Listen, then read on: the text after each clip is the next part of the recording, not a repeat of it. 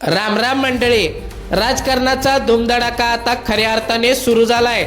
सातारा, चंद्रपूर, भिवंडी आणि कोल्हापूरच्या सत्ता संघर्षानंतर आता संपूर्ण महाराष्ट्राचं लक्ष लागलंय ते आपल्या सांगलीकडे।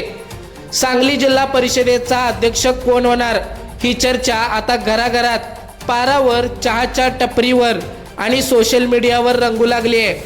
कोण जिंकणार, कोण हारणार आणि कोण किंगमेकर ठरणार हे सगळं आज आपण उलगडणार आहोत। एका बाजूला महाविकास आघाडीचं गणिताचं राजकारण आहे, तर दुसऱ्या बाजूला बहुजनांचा बुलंद आवाज आमदार गोपीचंद पडळकर साहेब। ही लढाई आता केवळ पक्षाची उरलेली नाही आहे, तर ही लढाई अस्मितेची आहे। आजच्या या विशेष व्हिडिओमध्ये आपण पाहणार आहोत आकड्यांचं गणित नेमकं काय सांगतंय, पडळकर साहेब कोणता करिश्मा करणार आणि कोणाचा गुलाल उधळणार।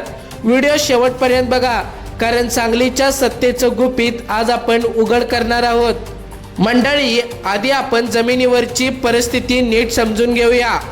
सांगली जिल्हा परिषदेच्या एकूण 61 जागा आहेत आणि सत्तेच्या खुर्चीवर बसण्यासाठी जादूचा आकडा आहे 31। आता कोणाकडे किती जागा आहेत हे बघूया। पहिलं म्हणजे राष्ट्रवादी शरद पवार गट 18 जागा, जिल्ह्यातला सर्वात मोठा पक्ष। दुसरा म्हणजे भाजप, पडळकर भाजप युती एकूण 16 जागा। तिसरा गट म्हणजे काँग्रेस 11 जागा। चौथा गट म्हणजे राष्ट्रवादी अजित पवार गट 6 जागा। पाचवा गट म्हणजे शिवसेना ठाकरे गट 1 जागा आणि सहावा गट म्हणजे जनस्वराज्य शक्ती 1 जागा। महाविकास आघाडीचे एकीकडे शरद पवार गटाचे 18 उमेदवार, तर काँग्रेसचे 11 आणि ठाकरे बंधूंचे 1 असे मिळून तब्बल 30 सदस्य होतात। म्हणजे बहुजनांच्या उंबरट्यावर ते उभे आहेत। त्यांना गरज आहे फक्त एकाच मताची। तर दुसरीकडे महायुतीकडे भाजपचे 16, अजित पवार गटाचे 6 आणि जनस्वराज्याचे 1 अशी एकूण 23 मतं आहेत। त्यांना बहुमतासाठी अजून 8 मतांची जुळवाजुळव करावी लागणार आहे। वरवर पाहता गणित सोपं वाटतंय, पण मंडळी राजकारण मात्र लय अवघड आहे, कारण सांगलीत प्रत्येक सदस्याची किंमत या क्षणी वेगळीच आहे। आता बोलूया या निवडणुकीतल्या सर्वात मोठ्या गेम चेंजर बद्दल, आमदार गोपीचंद पडळकर साहेब। पडळकर म्हणजे नुसतं नाव नाही, तर ती एक सिस्टीम आहे। ते एक असे नेते आहेत जे थेट सामान्य माणसाशी बोलतात, त्यांच्या दुखण्याला समजून घेतात, त्यांच्या हालापेष्ट्यांना जाणून घेतात। आता भाजपला मिळालेल्या 16 जागांपैकी पडळकर साहेबांचा सिंहाचा वाटा आहे, ते कोणीही नाकारणार नाहीये। विशेषतः जत, कवटेमंकाळ, खानापूर या भागांमध्ये त्यांनी जो जनसंपर्क केला त्याचं फळ या निकालात त्यांना दिसून आलेलं आहे। पडळकर साहेबांची ताकद फक्त भाषणात नाही, तर त्यांच्या राजकारणात सुद्धा दिसून येते।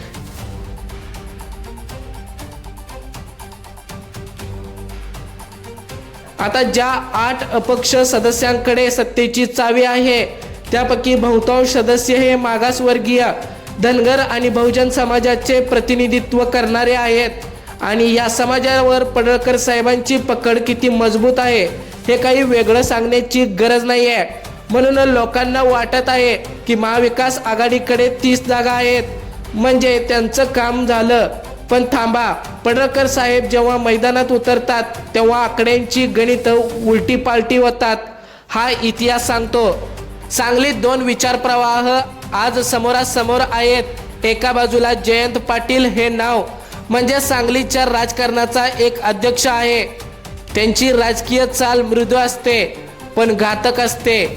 दुसऱ्या बाजूला गोपीचंद पडळकर साहेब थेट आक्रमक आणि खणखणीत, ते कधी आडवाटाने जात नाहीत, थेट भिडतात। जयंत पाटलांसाठी ही निवडणूक म्हणजे त्यांच्या बालेकिल्ल्यातलं वर्चस्व टिकवण्याची लढाई आहे। महाविकास आघाडीला 30 वरून 31 वर न्यायचं हे त्यांच्या पुढे मोठं आव्हान आहे आणि ते एक मत कुठून येणार हे त्यांनाही माहीत नाहीये। पडळकर साहेबांनी मात्र महाविकास आघाडीला ते एक मत मिळवणंही नाकी 9 येणार आहे। इथे आणखीन एक महत्त्वाचा मुद्दा आहे, सुहास बाबर आणि पडळकर यांच्यातले स्थानिक राजकीय वाद। हे वाद लपलेले नाही आहेत, पण सत्तेच्या खेळात वैयक्तिक वाद बाजूला ठेवावे लागतात आणि म्हणूनच हे वाद मिटवण्यासाठी स्वतः मुख्यमंत्री देवेंद्र फडणवीस यांना या खेळात लक्ष द्यावं लागू शकतं, अशी चर्चा आहे. भाजपची केंद्रीय नेतृत्व सांगलीकडे लक्ष देत आहे, हे देखील एक महत्त्वाचा संकेत आहे. आता बोलूया या सगळ्या खेळातल्या सर्वात महत्त्वाच्या किंगमेकर बद्दल.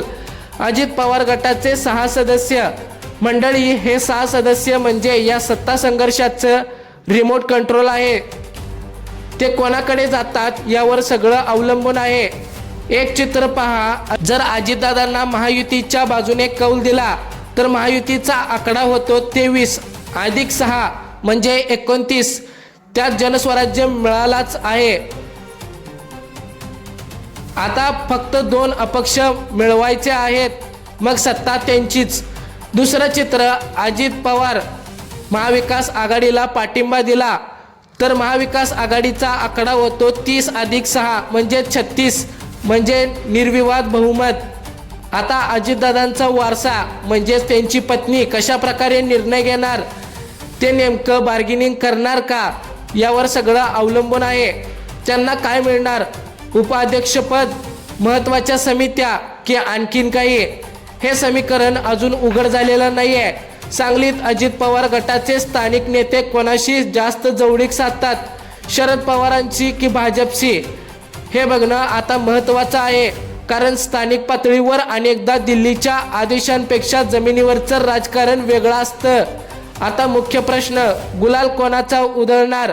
जर आपण केवळ आकड्यांचा विचार केला तर महाविकास आघाडी सत्तेच्या जवळ आहे, पण राजकारणात 2 अधिक 2 नेहमी 4 होत नाही, हे सांगलीने आधीच अनुभवलंय. 3 मोठे ट्विस्ट यामध्ये येऊ शकणार आहेत. मित्रांनो, पहिला ट्विस्ट म्हणजे अपक्षांची साथ. 8 अपक्ष जर पडळकरांच्या नेतृत्वाखाली भाजपला मिळाले तर महायुती बाजी मारेल आणि पडळकर साहेब या अपक्षांशी संपर्कात असल्याचं सांगलीत जोरदार बोललं जातंय. दुसरा ट्विस्ट म्हणजे अजित पवार गटाची भूमिका. हे 6 सदस्य खरे गेम चेंजर ठरणार आहेत. ते योग्य किंमत घेतल्याशिवाय कुठेच जात नाही आहेत. तिसरा ट्विस्ट म्हणजे फोडाफोडीचं राजकारण. सांगलीत कोणाचे सदस्य कोणाकडे जातील याचा नेम नाही आहे. राजकारणात निष्ठा आणि गणित या 2 वेगळ्या गोष्टी आहेत. पण एक मात्र निश्चित, आमदार गोपीचंद पडळकर साहेबांनी या निवडणुकीत जी हवा निर्माण केली आहे त्यामुळे विरोधकांच्या गोटात चांगलीच धडकी भरली आहे. मंडळी, सांगलीचं राजकारण आता अशा वळणावर आलंय जिथे दर मिनिटाला समीकरणं बदलताना दिसत आहेत. जे आकडे दिसत आहेत ते उद्या बदललेले असू शकतात. कारण सांगली म्हणजे फक्त जमीन नाही, ती राजकीय प्रयोगशाळा आहे. मुख्यमंत्र्यांनाही यात लक्ष द्यावं लागणार. कारण विषय फक्त जिल्हा परिषदेचा नाही तर पुढच्या राजकीय समीकरणाचा आहे. जिल्ह्यावर वर्चस्व कोणाचं, प्रस्थापितांचं की नव्या शक्तीचं, हे या एका अध्यक्षपदातून ठरणार आहे. पडळकर साहेबांचा आक्रमक नेतृत्वाखाली भाजप मुसंडी मारणार की जयंत पाटलांची जादू पुन्हा चालणार. अजितदादा कोणाच्या पारड्यात वजन टाकणार, अपक्ष कोणाला साथ देणार, हे सगळे प्रश्न लवकरच सुटतील. पण सांगलीच्या मातीचा कौल हा बदलासाठी आहे, हे मात्र नक्की. तुम्हाला काय वाटतं, गोपीचंद पडळकर साहेब पुन्हा एकदा चमत्कार घडवणार का? अध्यक्षपदाची माळ कोणाच्या गळ्यात पडणार, महाविकास आघाडी का महायुती? तुमचा अंदाज कमेंटमध्ये नक्कीच सांगा. व्हिडिओ आवडला असेल तर आत्ताच शेअर करा, कारण सांगलीतल्या प्रत्येक मतदाराने हे ऐकायला हवं. आणि अशा राजकीय विश्लेषणासाठी आत्ताच आपल्या बोलगड्या मराठी या यूट्यूब चॅनलला सबस्क्राईब करा. जय हिंद, जय महाराष्ट्र.